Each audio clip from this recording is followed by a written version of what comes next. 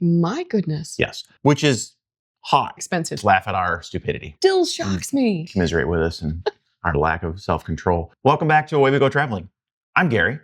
This is Kara. Hi. Doesn't her hair look nice, by the way? Let's just get that out of the way. We are an early retired couple who are slow traveling across the United States in an SUV, and we're bringing you along on our adventure. Whenever you come with us, we show you where we go, the fun we have, and what it costs to do it. Away we go traveling.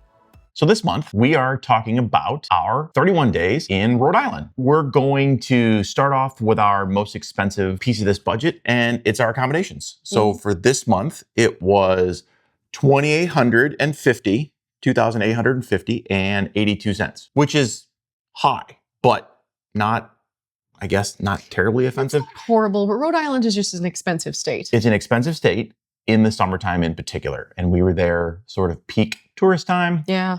So we ended up having to pay sort of the prevailing rates. We did get a refund of about $8.50 on this one. If you're interested in why, we have a video that came out a few weeks back. Go take a look at that. Just go take a look. That one's fun. It's entertaining for a little while anyway. You can commiserate with us or just laugh at our stupidity. One of those two things. If you don't like spiders, trigger warning, don't go watch it. Otherwise, definitely watch it. Not too bad. And per day, that was how per day, $92.09. So, if you're breaking that down as far as as a hotel or whatever goes, it's not too bad. So, hopefully that gives you some idea if you're looking to do this. A little less than $100 a day in Rhode Island in the summertime. Our next category is transportation.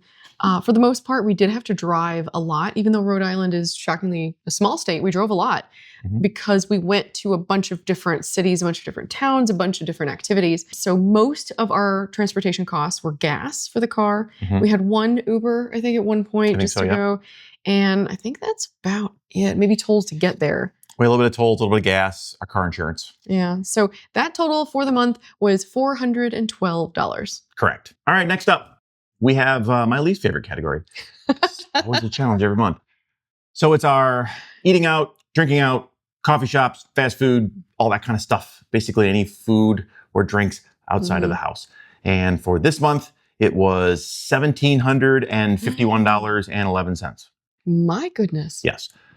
Which sadly is sort of on par with where we normally are. We always say we're going to do better. And here we are again. And every time it's the same number and it just still shocks me. And again, commiserate with us and our lack of self-control. Oh my God. So this month though, as we mentioned, this was an expensive state. Seafood heavy, just like Maine. Yeah, true. So we did have 3 reasonably sort of special nights out that were planned in Newport, and those were well over $100 each. But special occasion, they were fun. They were fun things that we had planned to do that were sort of touristy, and it was part of the sort of part of the adventure. Yeah. And then just regular eating out again. You sort of referring to our Airbnb challenges. We tried to be out as much as we could.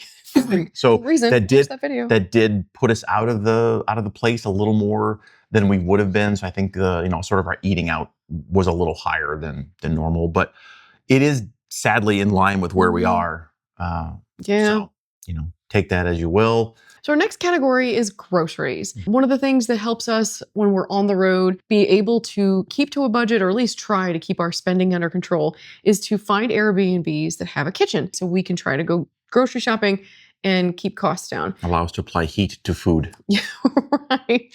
Cooking is, that's definitely That's how I cook. That's how I apply heat to somebody else's cooked food. Perfect. Still saves money, especially at Aldi or places like that. Yeah. So I think this time we did find an Aldi. We tended to gravitate towards that. So that total this time was $467.74. Right. So it's not too bad. No, that's pretty much in our average, a little higher than normal. Either they were a little more expensive, or maybe we had more snacks. Who knows? Snacks. But, I mean, again, if we didn't have that grocery budget, it would just be higher eating out, which we talked about is too high. So what are we going to do? Yeah. Oh, well, groceries. Costs money to live. It does cost money to live. All right, next up, we have our shopping and personal items, which is, I talked about in the last expense video that I was going to try to focus these expense videos on the location we're at. not stuff that we need for shopping, not stuff that we would get just for us that is unrelated to that location. So I try to keep these things to, if you were in this location in an Airbnb or in an extended stay hotel or something like that, what you might need for that time. So in our case, it was $77. That was mainly like household supplies, soap refills, paper towels. We did get a couple of magnets as souvenirs. I think we got a couple of stickers. But for the most part, that was just some household supplies that we used over that 31-day period. So our final category, specifically related to our month in Rhode Island, is entertainment. Some of the fun things we did, and Rhode Island has a lot of opportunity, especially, being a small state, there's a lot of fun along the coastline. So we did a morning mimosa sailboat ride, which was really fun.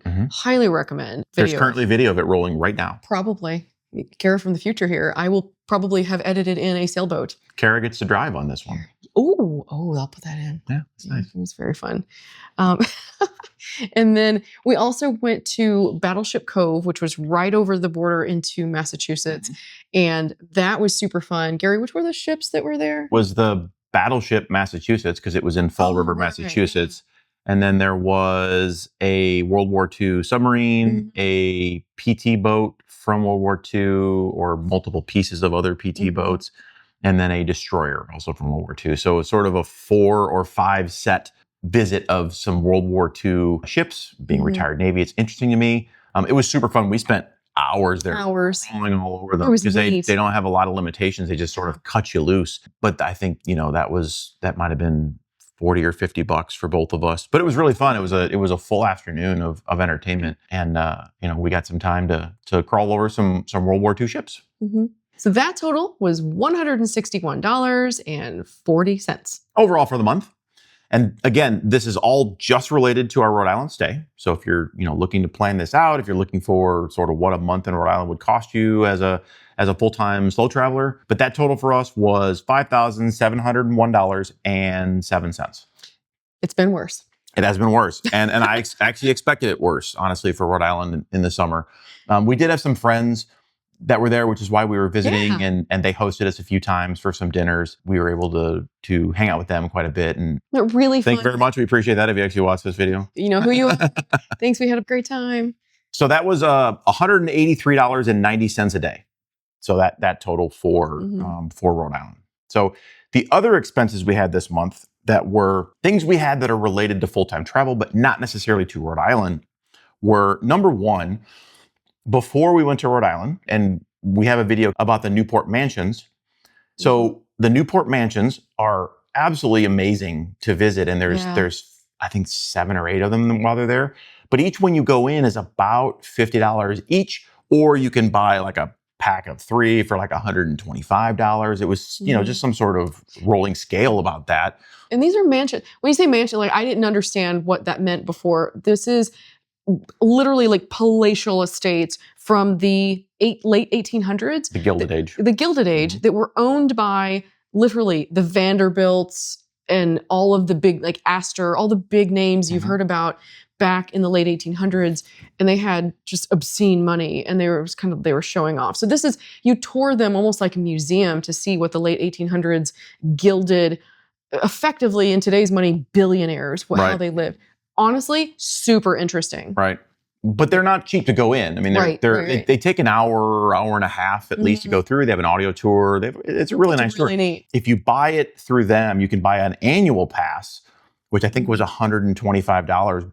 And it got you into those mansions for basically for a year. But I don't need them for a year. We only needed them for the month we were there. Right. So I started doing some research, and I figured out there's a program called NARM, N-A-R-M, the North American Reciprocal Museum something or another. But essentially it is, you pay an annual fee for a museum, and then you get reciprocal benefits, meaning you get in for free at all the places that participate in that program. Well, we figured out the mansions were part of NARM, okay?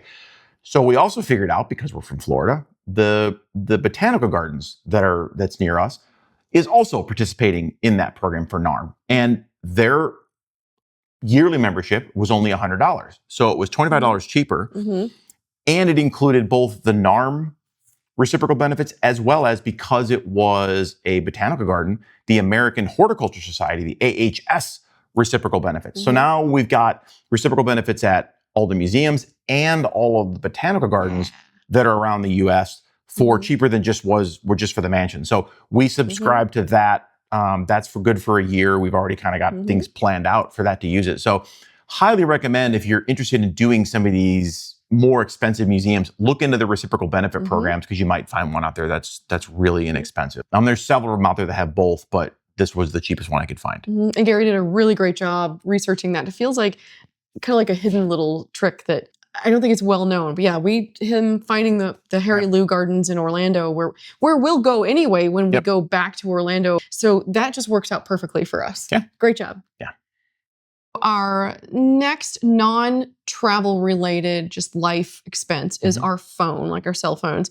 And that includes, with our phone payment, our Apple TV subscription. So that's bundled together. That total for the month was $97.50. Same as it always is. So this month we also have a little bit of, we pay our storage closet in Orlando, as well as a little bit of postage. I think we sent a couple of birthday cards and it ended up being $18. So we sent some things out this month. That's pretty standard for what we normally spend on that. Our next expense, not related to travel, is our streaming services. So we do have Pandora, which is a music streaming. It's kind of like Spotify if you do that instead. And we also subscribe to Paramount because that's a necessity. That is a moral imperative in my life. So that totaled $15. And then lastly, again, not Rhode Island travel related, but slow travel related for us. We spent $155 for some shopping things. So essentially this month we replaced some of the items we used to record. We got a new tripod. We got a different light. We replaced a couple of things in our kitchen bucket. We've talked before about our buckets. With the kitchen bucket, we removed a whole bunch of things in Maine. Things we had absolutely not used, knew we weren't going to use, so we got rid of them. And then some of the things we had used that were either wearing out or we broke or just were in bad shape, we replaced some of those. So just a little bit of replacement over that time as well. So related to travel, but not related to Rhode Island. So I don't want to tag it on the back of Rhode Island. So our total overall, slow travel related, but not necessarily Rhode Island related, was $285.50.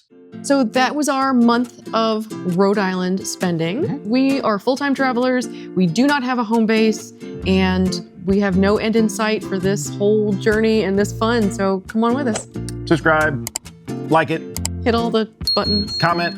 Yeah. And thank you very much for watching. Happy traveling.